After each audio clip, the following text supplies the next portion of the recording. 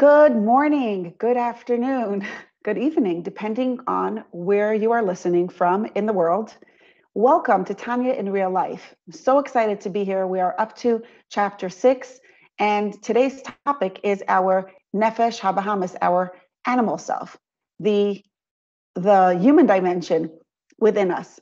For the past few weeks, we've been talking a lot about our vast, limitless spiritual wealth, our neshama, the actual part of Hashem within us. Our neshama is actually only one of our two drivers. It's only one of our nefashis, one of our selves. We have an entirely separate self, and that's known as our nefesh habahamis, our animal self, or our human dimension, which we met in chapter 1 in Perek Aleph. Today, we'll be exploring that in detail once again. Now, before we dive into our nefesh habahamis, our animal self, it's important to remember this, that in any situation, in any given moment, any time, wherever we are, only one of our two nefashos, one of our two drivers are actually in our driver's seat, in the control of our mind, heart, and our behavior. And so whenever we're not switching on our nefesh elikis, whenever we're not switching on our neshama, the default setting is our nefesh habahamis.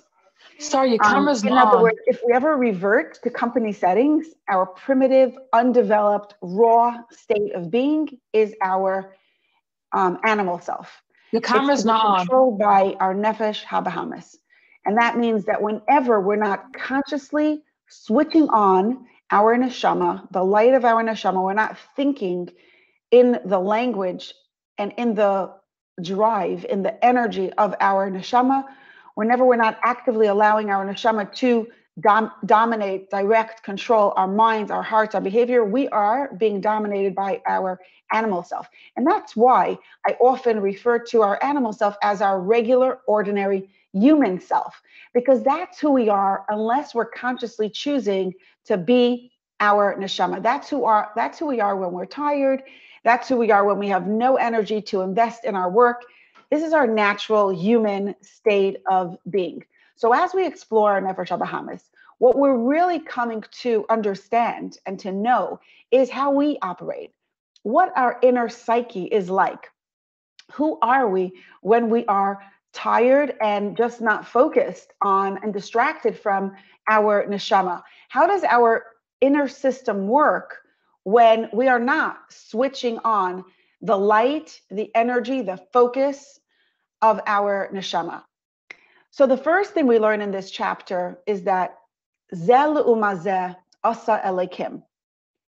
Hashem, whatever strength our neshama has, that's how much strength our animal self has. Whatever strength, Zel umazeh asa elekim, Hashem made the world in a parallel form, so that whatever energy is invested, whatever energy and strength and potential exists in the spiritual dimension also exists on the other side. So our animal self is in direct proportion. It's parallel in strength and in parallel in capacity, equal in capacity of strength to our neshama. And the reason for this is because if we only had a neshama, there would be no choice. We would always be conscious of Hashem's presence, and we would always be aligned with Hashem's ratzon, Hashem's will, Hashem's desire. We would always be elevated to a deep place of awareness and active bonding with Hashem. But that would all happen without a choice. And Hashem wanted us to have a choice. You see, Hashem did not want us to be malachim. Hashem did not want us to be angels.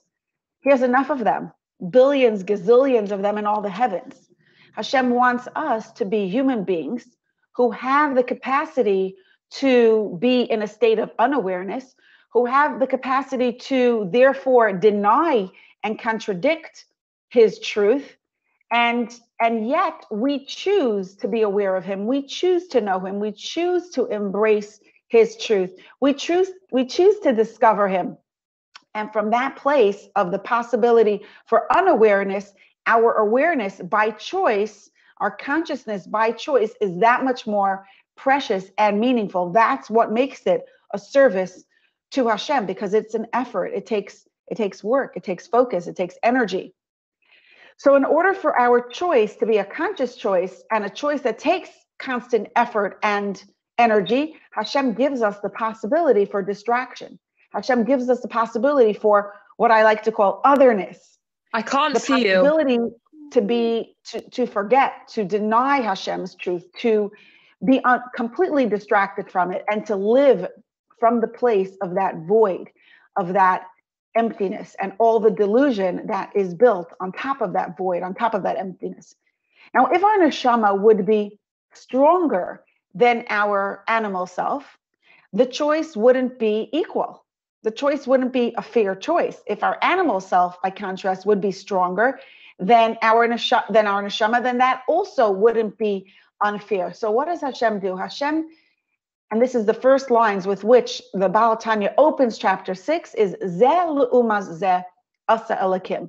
Hashem gives equal, parallel strength and capabilities to both our neshama and our animal self, so that we should have a choice. My personal thought on this and my reflection on this is that a person whose nefesh habahamis is very strong, a person whose koches hanefesh, that potential, that capability, the capacity of the nefesh habahamis, of the animal self, is very, very strong, know that you also have a very powerful, high energy, high potential neshama, high light neshama. If you are struggling with a strong nefesh habahamis, with strong feeling, like such intense feelings, such intense emotions, such intense pulls, such intense distraction, such intense force, take comfort in knowing that you have all that strength you need to shine with even more brightness. Or to say this without without the analogy of light, if you get strongly absorbed in your human emotions, in your raw, primitive, nefesh habahamis, animalistic emotions, which we call our human self, because the emotions are so intense, so you get so pulled into it, that's an indicator that your capacity for love and awe of Hashem is equally intense. And we have a halacha that tells us that a full, right, the cup, when we make Havdalah, the cup, we're supposed to fill up our cup of wine until it overflows, right? So let's say you have a 4-ounce cup, right? So to get that 4-ounce cup to overflow, you just need 4.1 ounces of liquid and it overflows. But if you take that same amount of liquid and you put it into an 8-ounce cup, you didn't even fill it up. So that teaches us that each of us has, we don't have to be somebody else's best. We don't have to have somebody else's level of intensity or somebody else's level of love and connection, sense of connection and sense of awe of Hashem. We have to fill up our own cup. Now, if we have a very big cup, a huge capacity for emotions, then we need to turn on our spiritual emotions that much more. We need to fill a huge cup. So if you have an intense capacity you really like food, then that means you have the capacity to really, really love and take pleasure and delight in Hashem's presence, in Hashem's love, in our connection with Hashem. For every inch that we don't fill our hearts and minds with our neshama fueled capacities, our neshama fueled emotions and beliefs and perspectives, we will be filled with our nefesh habahamis fueled emotions and perspectives. Okay, so because that's the nature of our being. The more intense personality we have, the more intense capacity we have for our neshama, the more effort we need to invest in staying in the place of our awareness of Hashem, because we're pulled away that much stronger, but then we have that much more capacity to shine forth with much greater light. So what is our nefesh habahamis? What is it? The Baal Tanya calls the emotions bad. Sheva midos ro'es. These emotions are bad. Now, before we go into, we'll read it inside in the Tanya, but in what sense are they bad? Because the word bad triggers a very deep sense of shame and negativity and like evil monsters, right? When I think about the word bad, I think about a criminal or somebody who's immoral, somebody who's malicious, somebody who has very evil intentions, like a sinful creature. So does that mean that I have that badness in me? What does it mean? Okay. In the Baal Tanya's paradigm, there's only one good in the universe. There's only one good in the universe, and that is Hashem. Hashem is the only good. According to the Baal Tanya, there's one truth and one goodness, and that is HaKadosh Baruch Hu, Melech Malchei Amlechem HaKadosh Baruch Hu. And anything that conceals or denies Hashem, or even potentially conceals Hashem's truth, is called bad. Even anything that has the potential to conceal Hashem's truth is bad. Why? Because it's not because it's malicious, not because it's wicked, chas v'shalom, because it has the potential to distract us from Hashem's emes, from Hashem's truth. And so the nefesh habahamis in the Baal Tanya's paradigm is called bad because it obstructs Hashem's presence. It conceals and denies. It gets in our way of awareness of Hashem's truth. It's like a shell. It's like a shell. Klipa means a shell. It conceals Hashem's truth. That's why it's called klipa. And here's what this looks like in real time. For the last few weeks, we're using the mashal of a billionaire who has billions, like a vast wealth, and doesn't know about it, right? It's in the bank, and he lives in poverty. And that's what we called our neshama, is that vast, limitless inner wealth that we have. Now, let's say one day the billionaire wakes up, he has awareness, he wants to go cash in on his vast wealth. He wants to go, he takes his bank card, he goes to the bank, and he's ready to buy something precious and valuable. He's ready to buy a new house. He's ready to give a lot of tzedakah to others, to help, to make the world a better place, to use his money in constructive, beautiful, meaningful ways. Now, on his way to the bank, what happens? On his way to the bank, he meets a friend that he trusts, a friend that he respects. And this friend says, "Where are you going?" And the billionaire says, "I'm going to the bank. I have vast wealth in the bank, and I'm going to really, I'm going to buy beautiful things. I'm going to buy pleasurable things. I'm going to buy very high quality things." And just quickly, I want to say what this looks like in an emotional sense, okay? Because if we have that vast inner wealth, that's the source of our courage, of our wisdom, of our love, of our tolerance, of our dignity, of our worthiness.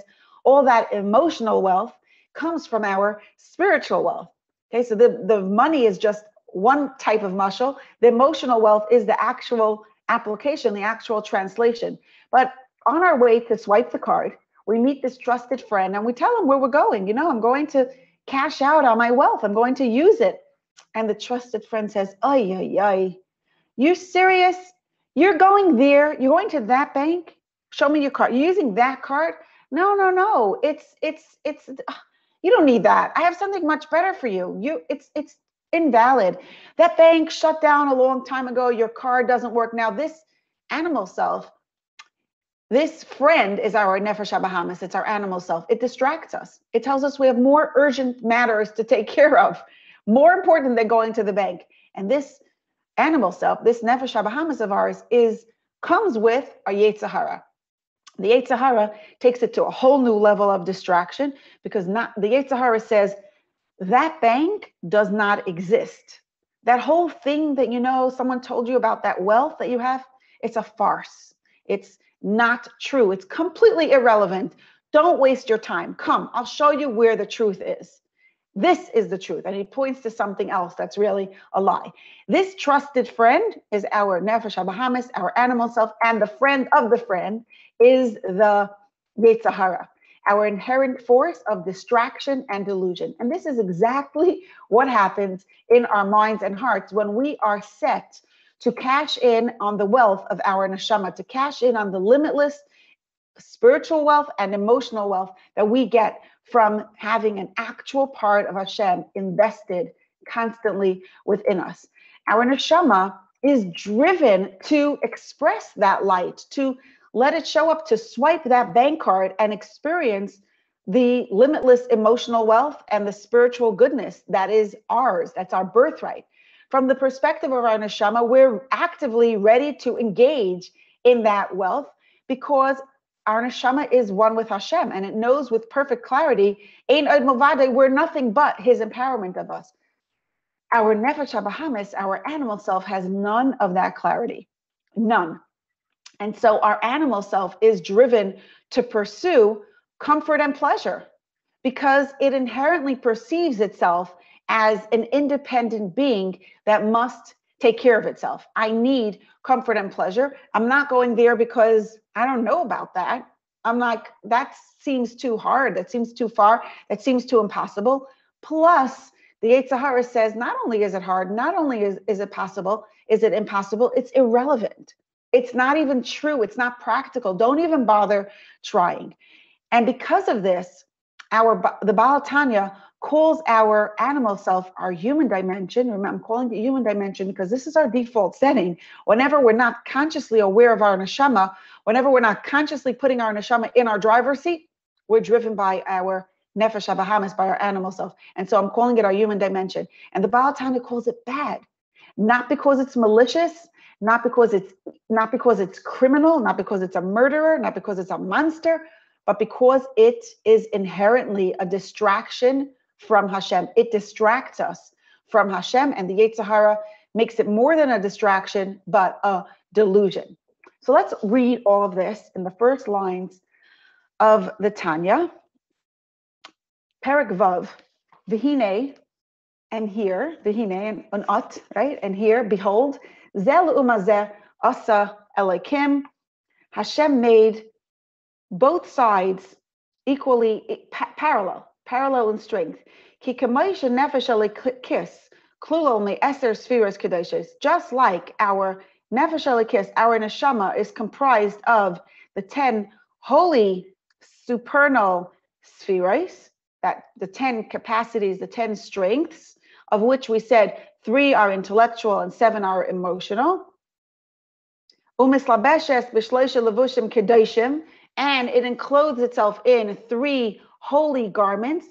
Our thought, speech, and action become holy expressions, transparent to Hashem, right? They become expressions of our neshama. So too, our nefesh, the sitra achra, miklipas nega, our nefesh that's on the other side of our neshama, that the part that comes from the klipas nega, that's a shell that conceals Hashem's presence,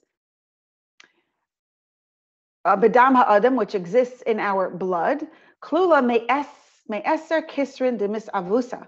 This comes from the 10 crowns of impurity.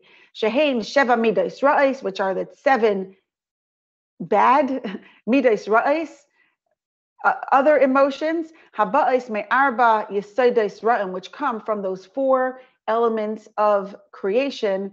And again, the Baal Tanya is calling them bad because they have the possibility to distract us from the good that we need in our lives. The seichel hamalidan, and the intellect, which gives birth to them, hanechlak l'shalish, which is divided into 3, shehein chachma, bina, and da'as, mikar hamidas, the foundation, the source of the midas.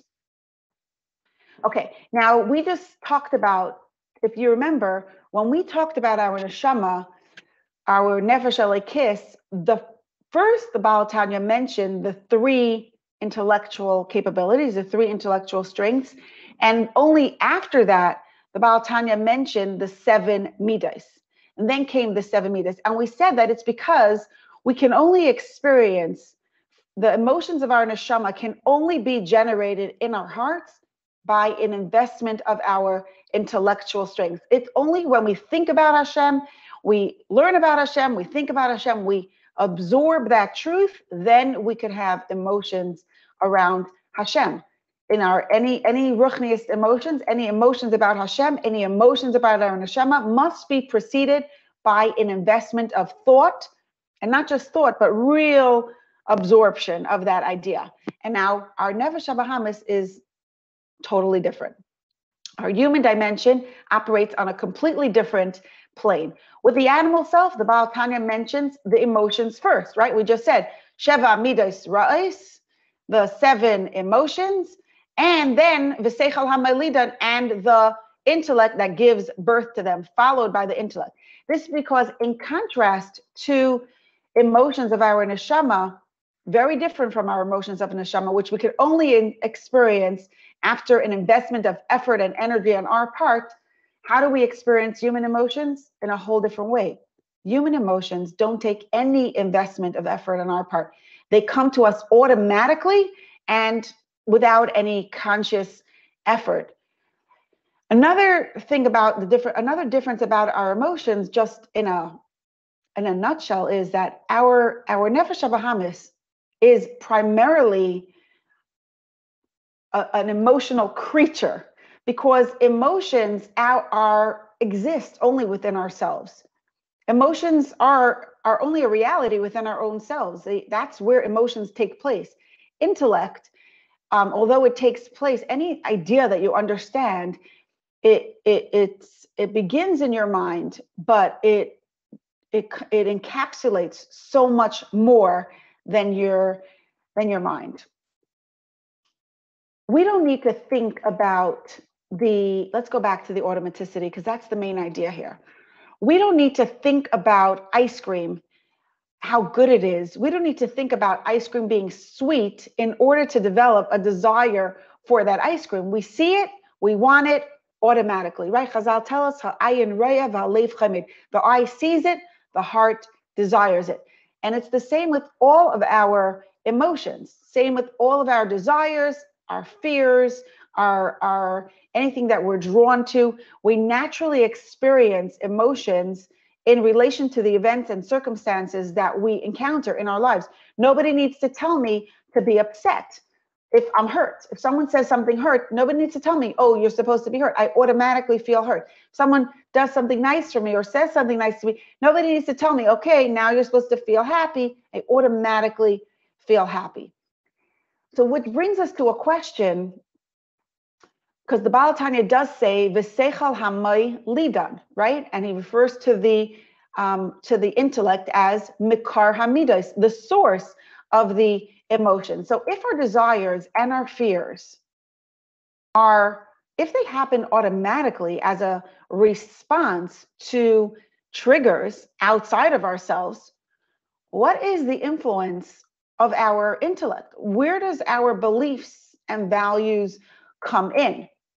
Now, of course, we need to use our intellect. We need to use our minds to figure out how to get what we want. The ice cream is there. My mind is going to tell me, go get it, right?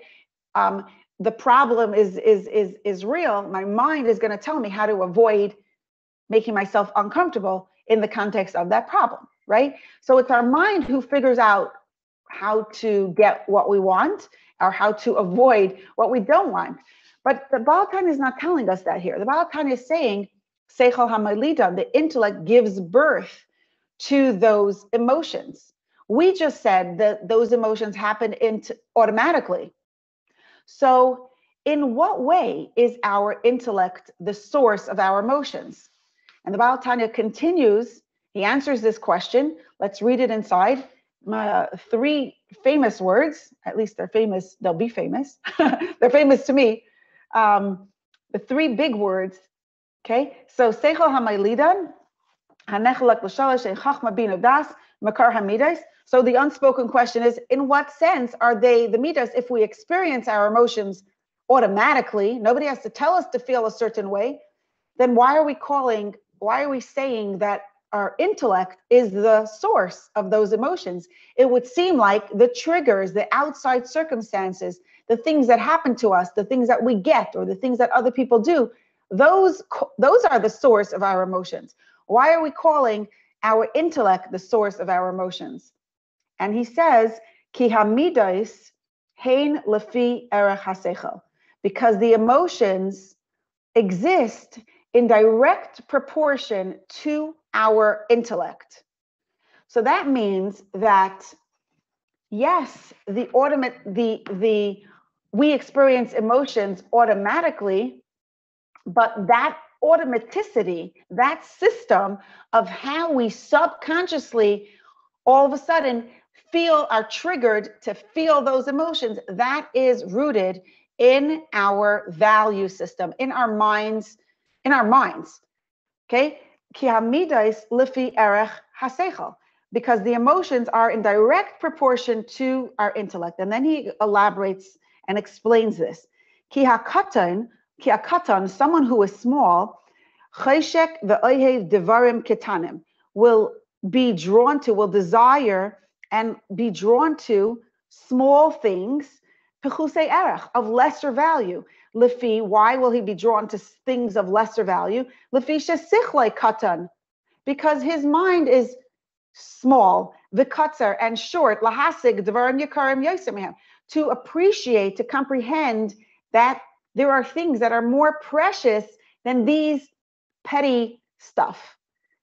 V'chein, so that's in terms of love. That's the emotion of attraction, what we're drawn towards.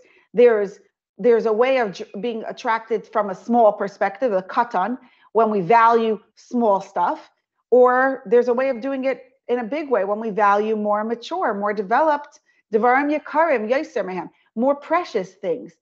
And this is not just about what we're drawn to. This also applies to what we pull away from, what we retreat from. V'chein miskais umiskatzef midevarim ketanim. And so also a person will be angry and frustrated and upset from small stuff.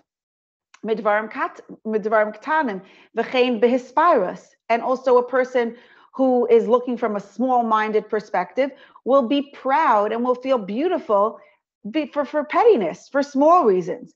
V'shar midas. And the same with all of our emotions. We're going to stop here and just summarize so far, and then we'll elaborate in greater detail. We'll zoom in on certain details here, okay? So we just learned two things. Number one, our emotions happen automatically. We experience them first, and that's why they're mentioned first. I trip, someone says something nasty, I feel upset. Something disappointing happens, I feel upset, I'm frustrated. Something happy happens and I feel happy. Okay, we experience our emotions before we even talk to ourselves in our minds. Automatically, those emotions fill our hearts. Number two, the automaticity, that automatic response is established. It's ingrained in our, it's like the system, the hardwire of the system is established by our intellect, by what we value. We will experience emotions around whatever we value. The more we value something, the more emotions we're going to have around that thing. The less we value something, the less emotions we'll experience around that thing. And when I say intense, I mean intense in proportion to how intense you feel, right? Some people's thermostat, some people's capacity for emotion have greater capacity. They just rise higher. They're more intense personalities, like we said before. You have a 4-ounce cup for love, or an 8-ounce cup for love. You have a 4-ounce cup for frustration, annoyance, hate, or you have an 8-ounce cup for that. Okay, so within the range of your own thermostat, of your own emotional capacity, you will have much more intense emotions or less intense emotions, depending on what you value and how much you value it. Okay, now up until here, whatever I said is my own language, but the ideas are aligned, straight translation of the Tanya as explained in the Sefer Chassidus Mevu'eres, which is, to my knowledge, the most authoritative Sefer for understanding the Tanya. Now, as we just read, the Baal Tanya talks about someone who is small, a katan, who values stuff that are petty, as opposed to someone who's more mature, who values things that are more important and more valuable and truly precious. Okay, in the Sefer Chassidus Mevu'eres, these words are understood to be explaining how our values impact our emotions. A young child, a katan, a youngster, experiences emotions around childish matters, while a mature adult experiences emotions around adultish matters. I don't think adultish is a word, but you get what I'm saying, right? Adultish or childish, katan or gadol. But maybe there's something more that we can see here. Maybe the concept of katan versus gadol is not limited to someone who is young in years or old in years. Many times elsewhere in Svarim, I'm sure you can all think about an example of this.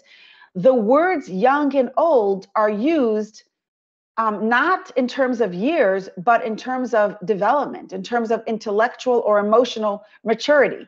A person could be an adult on the passport and be very, very young in development, or young in understanding, young in maturity. One story that comes to mind that just clarifies this, you know that in Russia, of communist Russia, there was a classroom, and a teacher, the adult, was trying to teach his students a concept, atheism. So what he say? He encouraged the children to look out the window. Look out the window. Do you see the sun shining brightly in the sky? And the kids all nodded, yes, we do. So the teacher says, that means that it's there. And then he pointed in the other direction. He said, you see the tree? You see the tree out there? And the children said, yes, we see the tree. And the teacher said, yes, because it's there. And he went from object to object, pointing, you see it? That means it's there. And then the teacher said, does anybody here see God? Anybody know where God is? Do you see God anywhere? And the children looked around, and of course they said no. And the teacher said, that means God does not exist. There's no such thing as a God. He doesn't exist. If you cannot see it, it's not there. So one of the children raised his hand and said, does anybody see the teacher's eyes? And everybody said yes. And the kid said, because the teacher has eyes, so that's why we see it. Does anybody see the teacher's legs? And of course, everybody said, yes, they do see the teacher's legs. And does anybody see the teacher's hands? And they saw the teacher's hands. And then the kid said, does anybody see the teacher's brains? And of course, nobody could see the teacher's brains. And I don't think he concluded his example. The point is, there is always, every mature adult knows that there's always more going on than just what we see on the outside, right? A child might not know it, but a mature adult does know it. But in this story, who is being more childish? Was it the adult or was it the child? Was it the adult who was absolutely convinced that if you cannot see it, it doesn't exist? Or was it the child who understood that even if you cannot see it, it's still there? And the fact that you cannot see it does not in any way mean that it does not exist. So it's possible to be an adult, and to be emotionally, intellectually immature. And by contrast, it's possible to have a young child who has a deeper understanding that's beyond his years. So my personal understanding is that when the Baal Tanya uses the word katan over here, it's not limited to years. We're not just talking about someone who is young versus someone who is old, but someone who is emotionally, intellectually undeveloped versus someone who is more developed and more mature. And why is this important to know? Seriously, we're going to be sitting and figuring out what the Nefesh HaBahamis is and what does it mean, young, old, who cares? What makes it helpful, meaningful, and important information? The reason it's super important information, is super important to know how the Nefesh HaBahamis works and to have a very clear, solid understanding of how our Nefesh HaBahamis works, is because if we know how it works, we know how to work it. If we want to get into the system and adjust it and make changes within it and grow with it or grow from it or grow through it, we need to know how it works. You can only get into a system and repair it and upgrade it and elevate it if you know how the system works. So we need to know how it works in order to work it. We need to know how it operates in order to operate it. So it was the same with the Nefesh Elokis. We were very interested in knowing how does the Nefesh Elokis express itself? How does it dominate our mind? How does it come to show up in our behavior? How does it come to make a difference in our actual conscious mind and heart? And we talked about that at length. So now we also need to know that about our Nefesh HaBahamis. Because what the Baal Tanya is telling us here is that our Nefesh HaBahamis has a set of values, and that these values directly impact every single one of our emotions. Every emotion that's not around Hashem is coming from our Nefesh HaBahamis. So we better know, we want to know how these emotions work, because we want to master them. We want to get a handle on them. We want to be able to have some sort of self-control, right? We want to be able to we want to be able to regulate ourselves.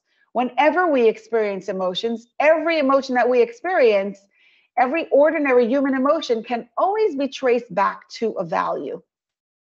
And there's a range of values. The more small I was saying that if we want to be able to regulate our emotions, we need to know where the buttons are. We need to know how to get a handle on it. So this is how we're going to get a handle on it. This is important information in terms of understanding how we're going to get a handle on it. So there's a range of what we value, okay? The more small we are in terms of our intellectual, emotional maturity, the more we will value petty stuff. And the more immature those values are, the more petty stuff we value, the more immature emotions we will have. What does emotional immaturity look like? We're talking about having immature emotions and an immature emotional experience, right? What does that look like? What does it mean? I think there's two things that describe emotional immaturity, and we see it in a baby.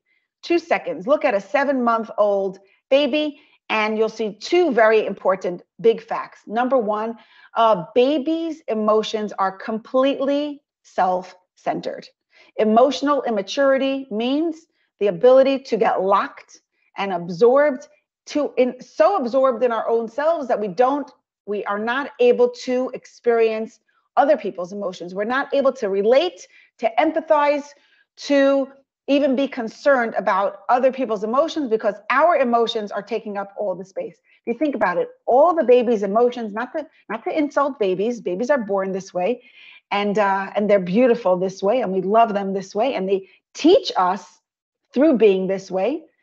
So all the baby's emotions are about its own human physical needs. If it's comfortable, if it's at ease, if it ate, if it slept, if it has a dirty pamper, right? If it's held and hugged, it is okay and it's happy.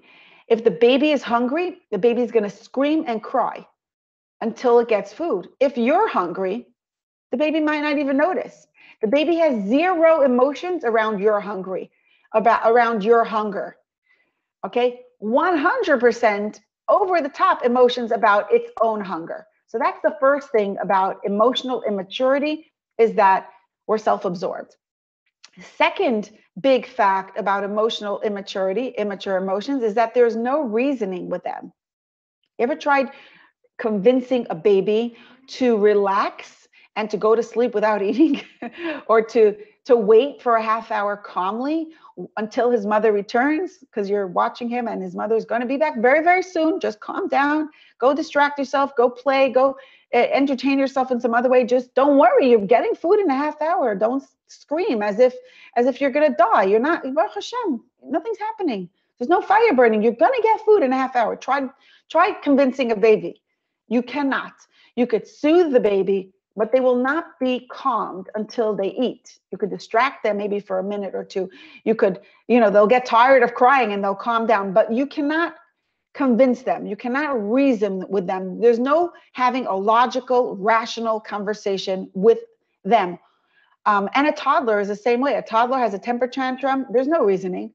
No reasoning with the toddler. You could distract, you could soothe, you could hold them, but you cannot reason with immature emotions. And those are the two signs of emotional maturity. Before we're emotionally mature, we're totally self-centered and we cannot reason with our emotions. And when we have grown up, our emotions are not, we don't have emotions only about our own self. We also have emotions about other people. We can empathize, we care, we're aware of other people's needs, and we care about other people's needs. And another thing is that even when we are upset, we could reason with our emotions. We could pick up our bruised little heart and hold it close and talk to it and say, oh, you're upset. I'm so sorry that you're upset. Ah, I see that you're upset. Can you think about this? Does that help you? Does that help you feel a little bit better? Can you think about that? Does that help you feel a little bit more calm? We could reason with our emotions. That conversation between our mind and heart is possible only because we're emotionally and intellectually mature. We're intellectually and emotionally developed. We can talk to our emotions. We have conversations between our minds and hearts. We could calm ourselves down. We could self-regulate. We can soothe ourselves. So how do we get there? How do we get there?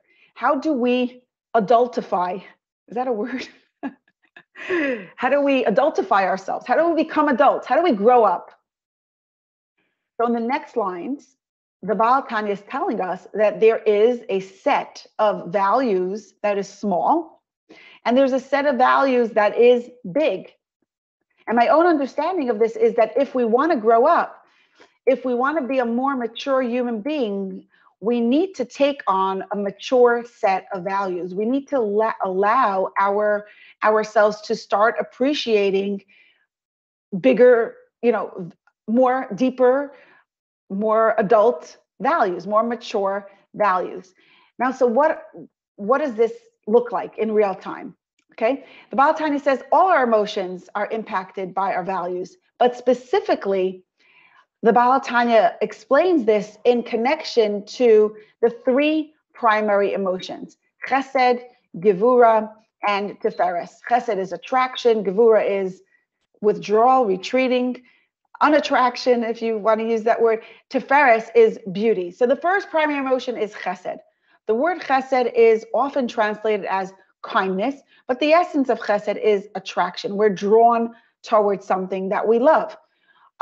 What turns us on? What makes something appealing to me? What pulls me? What leads me towards it?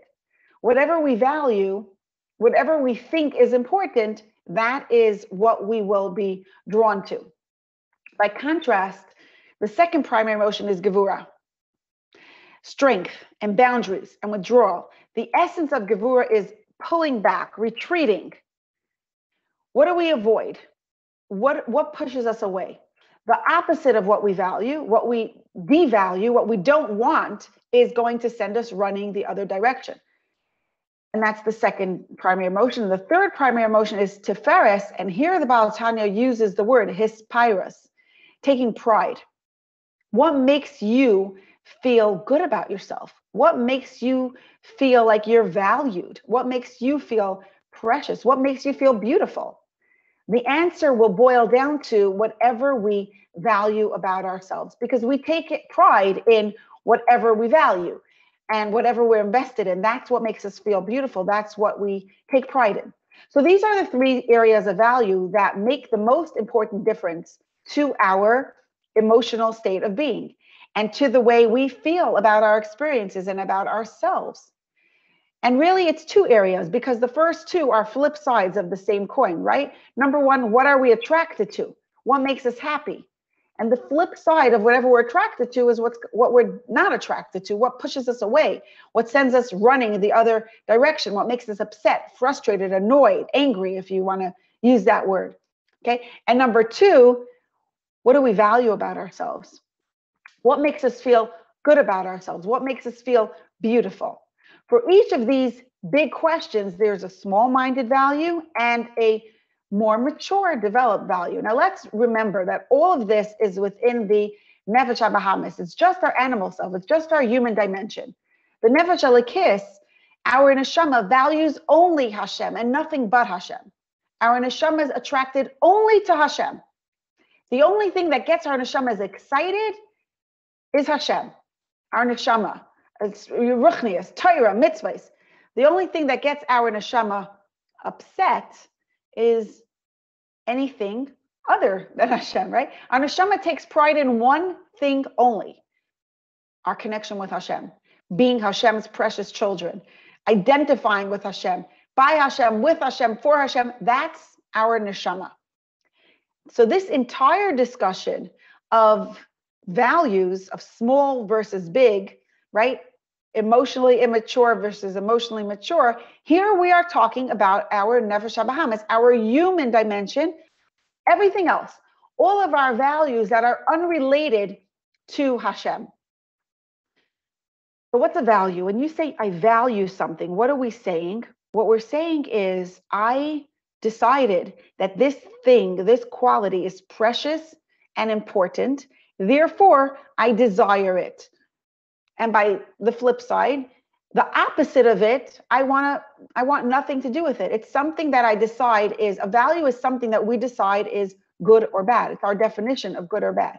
So within the nefesh habahamis, what is considered small and what is considered big? What is small-minded definition of good and what is a small-minded definition of bad? And then by contrast, what's a big-minded? What's an adult version of good? What's a more developed definition of good and bad?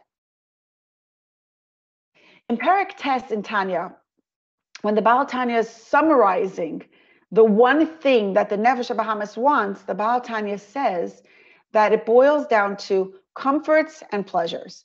There's one thing that the nefesh habahamis wants. There's one thing that our human dimension wants. It wants to be comfortable. We are creatures of comfort.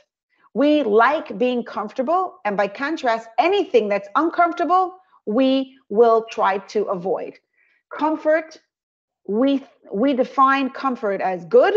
If it's good, it means it's comfortable. If it's comfortable, it means it's good. If it's uncomfortable, it's bad. Bad is uncomfortable and uncomfortable is bad. That's our most instinctive way of being human. We're drawn to whatever is easier, whatever's more comfortable, whatever we don't have to, whatever doesn't make us sweat under the collar. Just like the nefesh halikis has one definition of good versus bad, right? And that's Hashem. For the nefesh habahamis, it's all about comfort and pleasure. Good is comfortable, uncomfortable is bad. So all the values, small-minded or big, will all fit under this umbrella of comfortable and pleasurable. The question is, what is it that makes you comfortable? What do you consider to be comfortable and pleasurable? For an immature person, or let's start with a child, an immature person or a child, if it's easy and I don't have to work for it, if it looks good on the outside, that's comfortable for me and that's good. For a more mature person, easy is not enough. Looking good on the outside is not enough. I need it to be truly, it has to have something deeper. It has to have more true lasting value. And maybe it even has to have meaning in order for me to be comfortable. Let's look at an example of what this looks like in real time, okay? Our most basic undeveloped self naturally avoids whatever is uncomfortable and unpleasurable, right? So if we're sitting on the dentist chair and the dentist drill goes on, what happens to our bodies? We retreat, we withdraw, we're running away. Physically, we're moving out of that chair, right?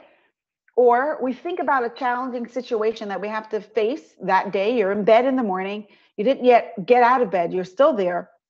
And what pops in your mind is what you have to do that day, or a challenge or a problem that you discovered the other day or the day before. And it's still, you wake up in the morning and a painful reality, I'm going right back to it. It's hard to get up and start our day when we know that this day ahead is going to be a challenging day. It's going to be uncomfortable. And that makes it hard for us to get up. We hate discomfort. Okay.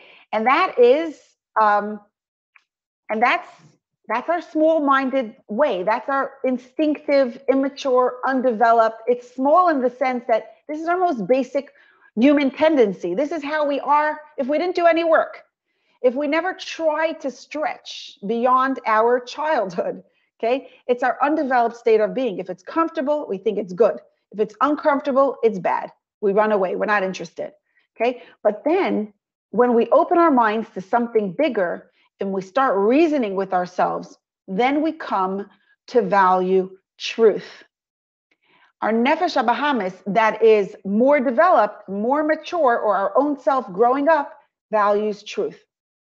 And so when we know that something is true, we feel comfortable and at ease. When we know that something is not true, that makes us uncomfortable and unsafe, and we run the other way.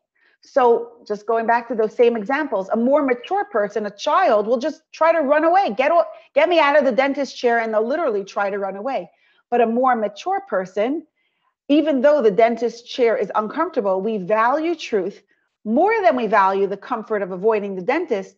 So that gives us the motivation to stick it out and get our teeth taken care of, because the truth is these teeth need to be taken care of. And if you don't take care of it, the problem will be worse. So we value truth more than we value comfort. And it's the same with our example of being stuck in bed because you're thinking about the challenging day. What actually gets you out of bed? Now, just by the way, you could always turn on the light of your neshama, right? And inspire yourself and feel that awe of Hashem, that love of Hashem, thinking about Hashem's presence. But let's say, we didn't yet build up that system. We don't yet have emotions around our thoughts about Hashem. We didn't do the das so many times that we discussed in previous chapters, right? So we don't yet have that emotional charge filling up our hearts when we think about Hashem. What else could get us going? Within our animal self, are we stuck to our beds just because it's a challenging day? Could we never get out of bed if it's so difficult, right? What else could get us going? Our nefesh habahamis could help us. Our nefesh habahamis could help us. How? Because if we value truth, we will get up anyway. Our sense of commitment to truth doesn't allow us to stay in bed. I cannot lie to myself and tell myself that it doesn't matter if I stay in bed, that it's fully functional to stay in bed. I can't lie to myself and say that it doesn't matter to my family if I stay in bed. I know the truth, okay? It will create dysfunction in my life and in my family if I stay in bed. So I will get up. That's why mature nefesh habahamis at work. And you, I'm sure, each of all of us have those experiences where our basic emotion is we're running after this, but then our sense of truth, true awareness of truth gives us like, hey, maybe that's unsafe. Just another quick example. A young child, you give them a candy, they're running after the candy. A more mature child values truth and says, hey, that's a stranger. There's danger. I'm not sure this is true. He might be an imposter. And that awareness, that emotional, intellectual maturity gives him the courage, the strength to stay back, stay away from, and not get pulled up by the candy. So the next time you get up in the morning, even though you have a challenging day ahead of you, that means you're mature. You value truth more than you value comfort. Your nefesh habahamis is developed. You've worked on yourself. You're not a kid that just because it's uncomfortable, you stay away and you don't do it. Even though it's uncomfortable, you know it's the right thing to do, and so you do it.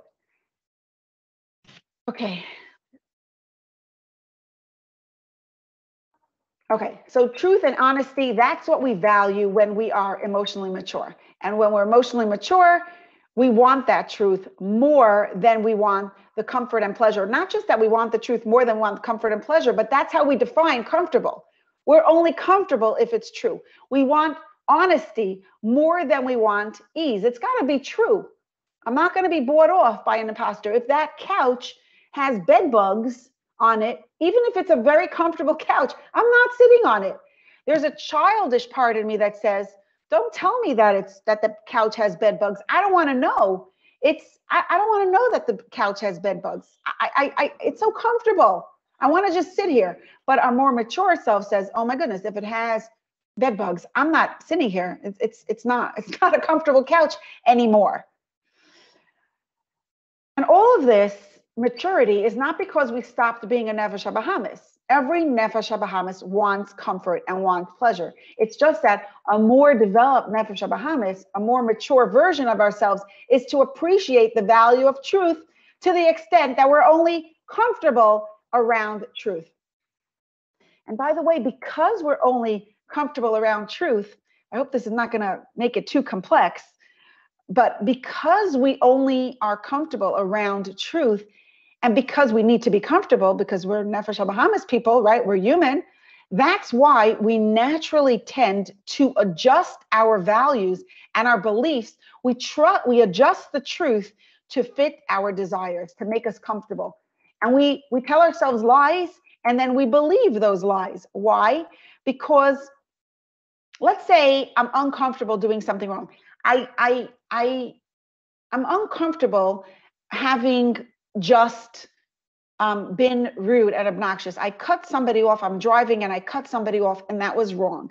And I'm uncomfortable facing that truth. So I'll mumble under my breath. I'll say, "Oh, that person, they would never, if I would stay behind them, I would never get where I needed to go because that person was going so slow." We kind of rationalize and justify our rude and obnoxious behavior because we're uncomfortable seeing ourselves as somebody who is rude or somebody who did something, that's out of line of our true values. So we rationalize those, right? We tell ourselves lies and then we believe them. The thought of diverting from the truth is uncomfortable. We're not going to do it. But to actually change our behavior, that's also uncomfortable. So what do? We adjust our beliefs to accommodate our behavior. We rationalize our behavior. We lie to ourselves and we believe those lies. A good example of this, I think, that we could all relate to is how we eat food. What is considered good food? What's considered good food? From a small-minded perspective, if it tastes good, I don't care what's in it.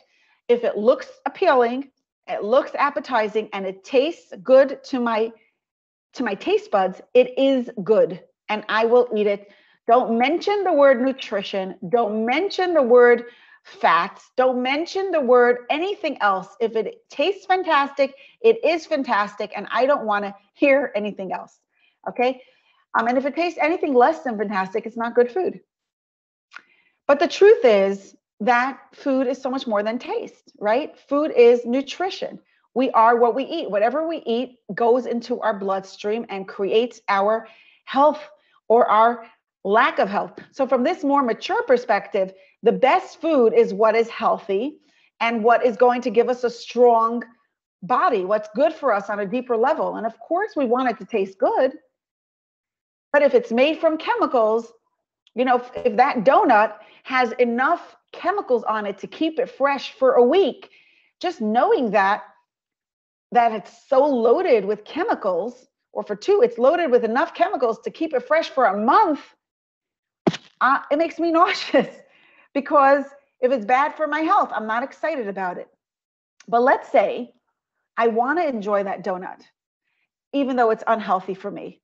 All I have to do is convince myself that those chemicals are not really going to bother me at all. It doesn't really matter. It actually is not healthy. A very immature person doesn't want to hear about nutrition. A more mature person wants to hear about nutrition, but most of us, we want to hear about nutrition and we value nutrition because we value truth, but we allow ourselves to indulge in unhealthy food and we convince ourselves that it doesn't really matter. It's not going to really make us unhealthy. A person could say, this piece of pizza with 3 layers of extra cheese and a Diet Coke is perfectly good for me. It's going to make me have a happy, fulfilling day, and it's going to be good for my body. So that's most of us. We want to be mature, but we get stuck. And so we adjust our beliefs to accommodate our desire for the physical comfort. We subconsciously cover up the truth from ourselves. But okay, that's a whole side point. But that's where rationalizing comes in, right?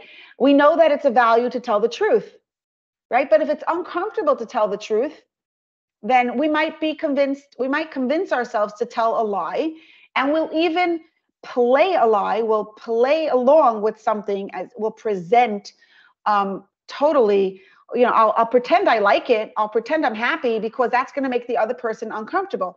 Now, maybe that's the truth. Maybe that's a value, but we don't even really think about it. We don't even look at a lie. If I have to tell a lie to protect myself from being uncomfortable, and to protect the other person from being uncomfortable, which would make me even more uncomfortable, then we kind of allow ourselves to do that. It's just what we do. It's good. It's right. It feels right.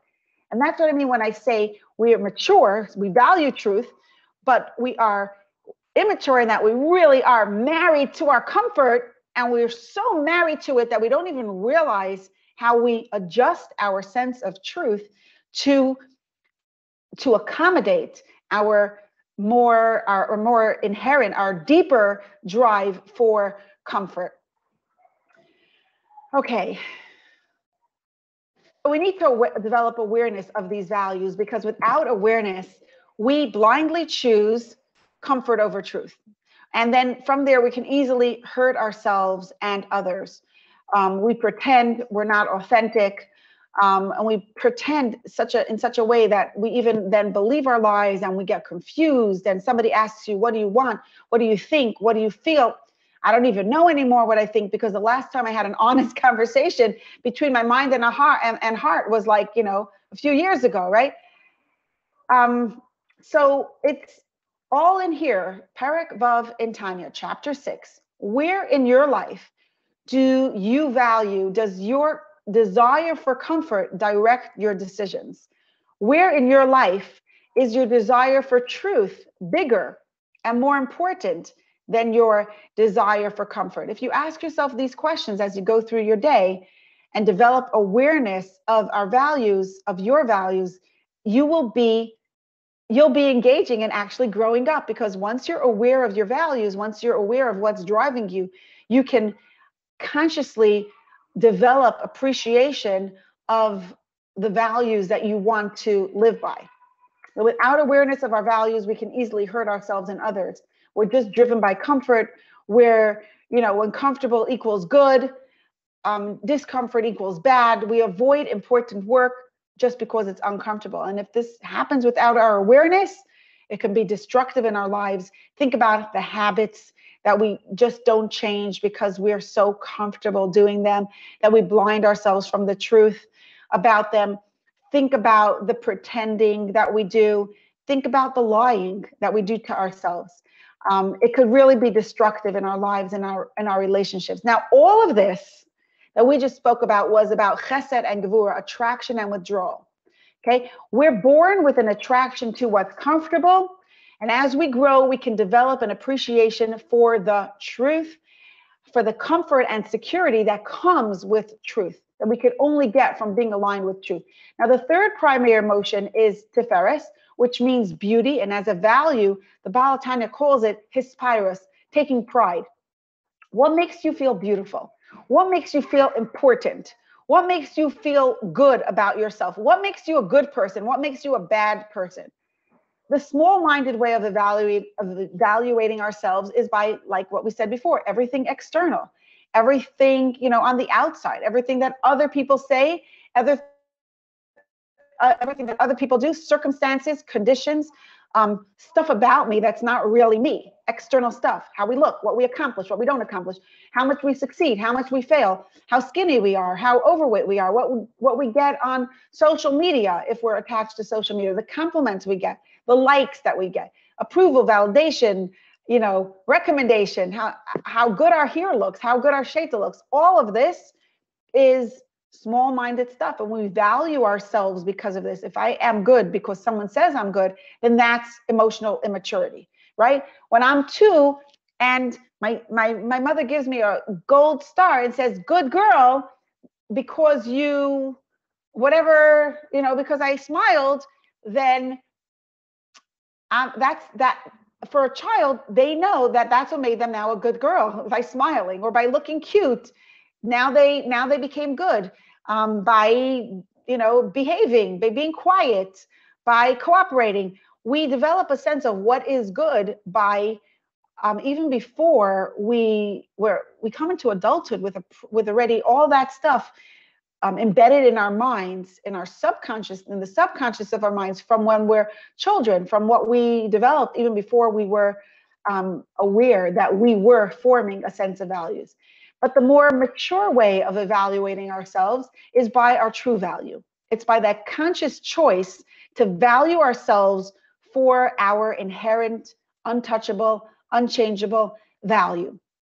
And that value exists regardless of what we have, regardless of what we don't have, regardless of what we achieved, irrelevant of our success, our failure, how skinny we are, how whatever else about us, how rich we are, how poor we are inherently valued because Hashem said so.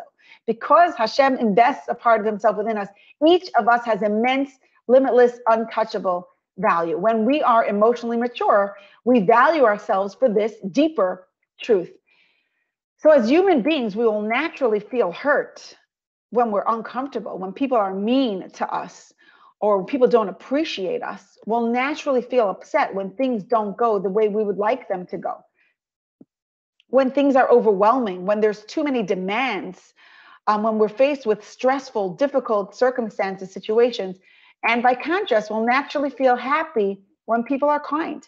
And we'll feel ashamed when we are disrespected, or when we're unappreciated or unwanted, when we're dismissed, rejected, we'll feel ashamed.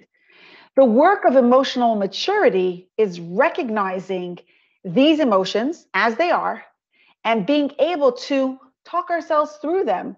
How? By reminding ourselves of our true value, by leaning into our true value, holding on to that true value, and with that, helping ourselves feel better. Sometimes we're uncomfortable with our human emotions. We think that we're supposed to be bigger than we are. I'm not supposed to have these emotions, right? But real emotional maturity is not about not having emotions. A person who never has emotions never has the opportunity to grow up, because every person has emotions. It's just about being aware. So if you never have emotions, that just means you're emotionally immature, because you're not aware of how your emotions are playing a role in your life. And you never have the opportunity to work, to consciously grow, to consciously serve Hashem, to consciously embrace truth, including Hashem's truth, and work with that and allow that to make a difference. So having emotions is the starting point. Even if those emotions are messy, and even if those emotions feel quote unquote immature, very intense and very self-absorbing, and we can't reason with ourselves, we can't rationalize with ourselves, we can always take a deep breath and remind ourselves that we do have it in us to be emotionally mature. And what that looks like is to be aware that there's a process going on, to be aware that there's that the truth exists beyond ourselves, and it's not, the reality is not just determined by our emotions in this moment. There's a bigger reality. We're going to zoom out our lens and try to take in that bigger reality, number one. And number two is our ability to reason with ourselves, our ability to have a conversation between our mind and our heart. So if you have unpleasant emotions, if you have what you might feel label as childish emotions, right? Emotional immaturity, know that this is the point of power. This is where you have that ability to grow, to stretch, to become a emotionally, intellectually mature adult. It's only through working through our emotions, not by overriding them, not by rejecting them, not by dismissing them, not by pretending that they're not there. No, we deal with them by having conversations with them, by opening them up, by talking ourselves through them, by zooming out the lens and seeing them in context of a deeper, bigger, diversified reality. Now, the Tanya is the classic fundamental text, right? In Avodas Hashem. And here we are taught that human emotions are part of being human. We cannot escape being human. The only thing we can do about our emotions is work through our humanness. We can grow, we can stretch, we can use the tools that we've been talking about here. But the foundation of it all is our ability to have conversations with ourselves, conversations between our minds and our hearts. And for that, We need to have awareness that those emotions are there. We need to be able to be honest with ourselves. Okay, here's a whole different thought in a whole different direction, but it inspired me, and I hope it will be meaningful to you too. In the book that I wrote, Your Awesome Self, most of the book, I'm actually talking to our human selves, our Nefesh HaBahamis.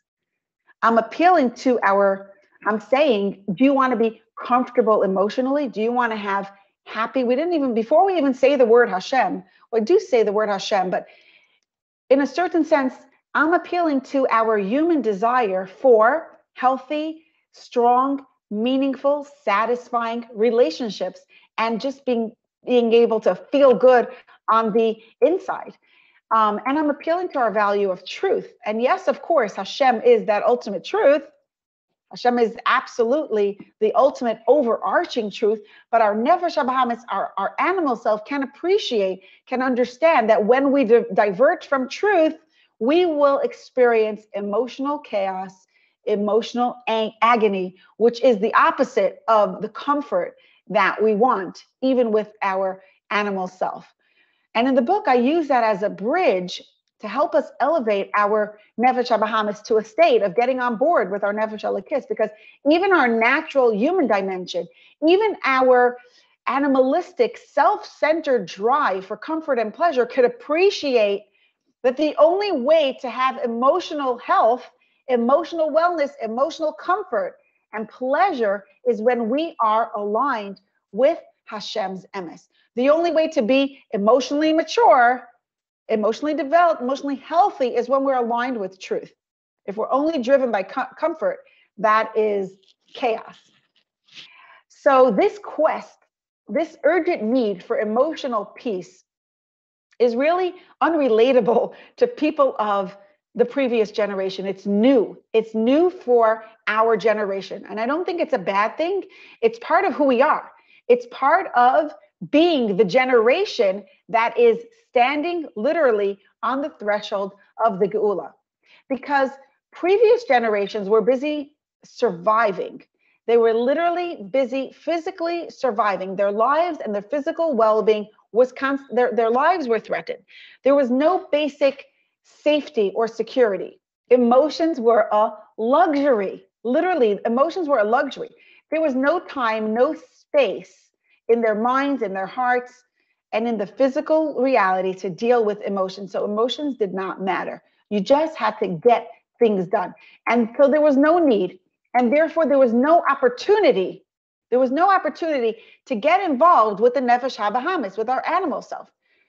There was no space to elevate the emotions. They needed to be ignored and pushed aside. Emotions, by definition, were a distraction from serving Hashem. Human emotions were a distraction for serving Hashem.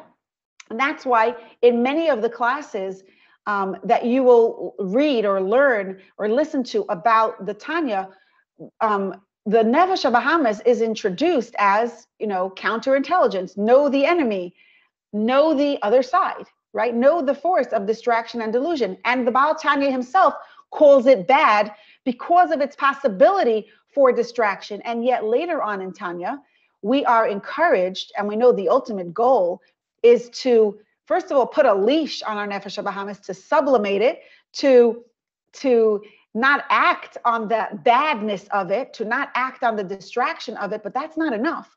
We also want to harness that energy.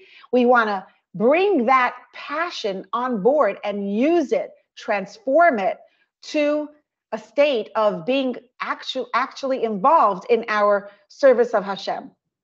So when Mashiach comes, our Nefesh HaBahamis, our animal self, will be completely transformed to Kedusha. We know that the Yetzer Hara will be shechted.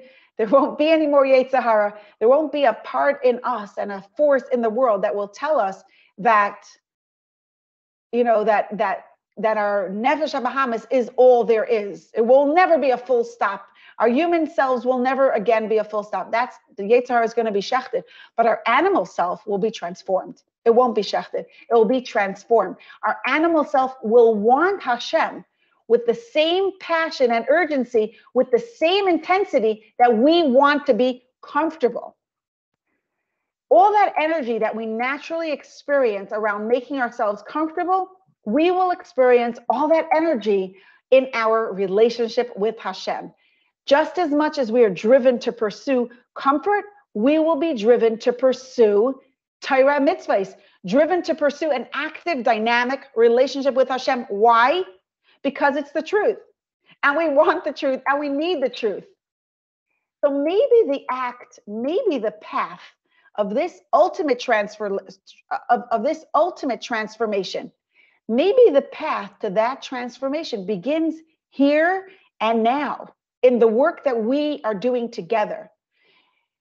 The work to recognize that Hashem is the ultimate truth and to develop our appreciation and commitment to the truth, even with our human dimension, even with our animal self, even our nefesh habahamis, our natural animalistic self that could be a distraction, because a nefesh habahamis that is so married to comfort that it is absorbed with self, like an immature nefesh habahamis, right? Like we said before, that only sees itself, meaning if I am sad, then only sadness exists.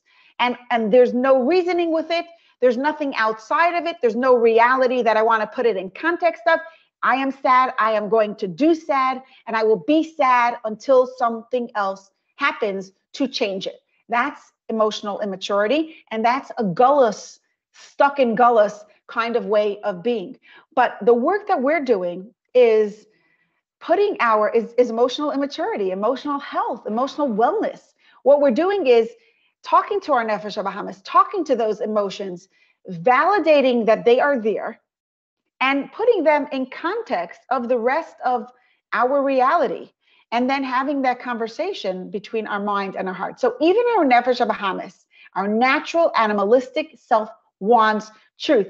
Even our nefesh habahamis could appreciate that serving Hashem and being aligned with Hashem's truth is the ultimate goodness that we can experience in our lives, and is the secret and the key to our healthy, thriving, satisfying sense of well-being and our relationships. Because our nefesh habahamis wants happiness. Our nefesh habahamis is the part of us that wants peace, that wants to get along with other people, that wants everything to just be smooth and pleasant and a positive, happy environment. Of course, our neshama wants that too, but our neshama wants that only as it relates to Hashem. It's our nefesh habahamis that wants it as a value in and of itself. Now, many years ago, people could have imagined that having a lot of money and all the physical comforts and pleasures in the world could give us happiness, security, comfort, and peace, right? In a generation where everyone was poor, where even the richest person only had one suit for Shabbos and a second suit for weekday. My father remembers hearing how the Queen of England came to visit, and she had the news. He remembers the news that people were talking about that was printed in the newspaper. It was like the Queen had a separate dress. Could you imagine? She had a different dress for every single day of the week. What an unheard of luxury. Today, every schnook has more than 7 dresses in their closets. And even with the 7 dresses, we tell ourselves we have nothing to wear, right? So in those days, people could have imagined that if only they would be like the queen or the princess, we would have more things, then we would also have more happiness, and we would have more dignity, and we'd have more of a sense of well-being. But by now, all these years later, and all the millions and billions of dollars later, we know with absolute certainty that that idea is a myth. It's a lie. Never was true. It's an outdated lie. Many people have attained fabulous wealth, and have told us, with their wealth, standing in their gowns and gems and diamonds and billions of dollars, based on their firsthand experience, that money and physical comforts and pleasures do not give us the happiness and the inner peace that we so desperately, urgently crave. Nobody could buy happiness. Nobody could buy peace. There's no money in the world that could buy it. No comfort and no pleasure can give us even one drop of inner peace. But when we value Hashem, when we value the truth, and we know that Hashem is the ultimate truth, and we commit to that truth, and we live by that truth, we allow ourselves to be elevated, we grow up emotionally, that's how we can have full and complete inner peace, even without the comforts and pleasures. And of course, may everyone be blessed with a lot of money and a lot of comforts and a lot of pleasures, but that's not my point. My point is that emotional maturity is valuing truth. And when we realize that Hashem is the only absolute, overarching, supreme truth, aligning ourselves with that truth is the key to inner happiness, inner peace, and all the comfort and security that we desperately crave, the healthy relationships, the thriving sense of well-being that we all want, and that is really our birthright.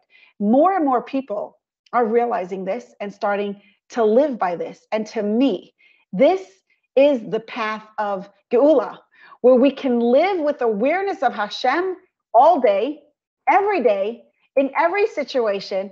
And of course, why are we living with awareness of Hashem in all day and every day situation? Because it's not just about our neshama, it's our nefesh habahamis. When we eat, when we sleep, we want emotional health. We need it. We need inner peace. We need security. We need to be comfortable with ourselves. We need our relationships to be healthy and satisfying and peaceful. We just need that. And now we know that to get that, the process of growth is about valuing truth. Maturity is going to come through valuing truth and committing to live by that truth. Ultimate truth is Hashem. So of course, we still need to put a leash on our nefesh habahamis, on our animal self, so that it doesn't control us, because we still have a tendency and an urgency for physical comforts and pleasure in a way that's more base, in a way that is, right? We still want comfort and pleasure beyond truth. My most basic primitive self says, I don't care if it's unhealthy, I still want it, right? That's my most basic primitive nefesh habahamis, and I still need to put a leash on that, because if it controls me, then if I don't put a leash on my nefesh habahamis, then my nefesh habahamis puts a leash on me and it controls my life. So of course we want to do all the work. So that's one thing. We have to do that work. And another thing is we want to do all the work we talked about in the last few weeks. We want to turn on that light of our neshama. We want to activate and have direct access to our infinite, limitless spiritual wealth. All the work that we talked about in the past few prakim, learning about Hashem, thinking about Hashem, and developing a personal, active consciousness of Hashem's presence in our life. We all want to do that too. That's turning on the light of our neshama. But we can do more than that, more than all of that. We can bring our animal self, our nefesh habahamis, our human dimension on board. Right? V'ahavta es Hashem Elokecha b'chol levavecha. B'shnei yitzarecha, Rashi says, right then and there. We want to love Hashem with our whole heart. Even with our human dimension, there's not going to be 1 inch of our hearts that's going to be left out of this service, of this mission, of this purpose. We can get our animal self excited to be aligned with Hashem's emes, because when we are aligned, the language that we're using with our nefesh habahamis, with our human self, is we know that when we are aligned with Hashem's truth, with Hashem's emes, it's not just a gift for Olam Haba. It's not just something that will, very nice. I'll have a nice Olam Haba after 120 years when my time on earth is finished. No. It gives us more than spiritual pleasure, more spiritual benefit. We are happier, emotionally richer in our physical, practical lives right here, right now, when we value truth and when we recognize Hashem's truth and we're aligned with that truth. We have stronger, healthy relationships. We have a much better quality of life. Now, what if I told you that there's a magic pill that you can take for emotional maturity, for growing up, for coming to a place where you value truth and you're committed to that truth and you are actually aligned with that truth? What if I told you that there's something you can take that will automatically give you, that total upgrade in your system? You'll automatically value truth as the ultimate comfort, and you will never again be plagued by lies that you believe, because you'll value truth that much. and you won't compromise it for anything. You will always stay in the truth. How much would that be worth on a scale of 1 to 10? Learning Tanya gives us that transformation, not in a magical way, not in a way that's any ounce of fake. It's 100% real. We get it in a process that is true, and it really gets us to where we want to be. So that's my commercial for doing this work, for coming together week after week, step after step, bringing what we did this today is the beginning of bringing our animal self on board. Emir Tashem, next week, we're going to continue chapter 6, and we're going to learn the birthing stone of ego versus valuing our true self. It's very, very exciting. So I look forward to seeing you again next week, and keep coming back, keep learning, because we are going places. Be'ezras Hashem. Thank you so much for joining.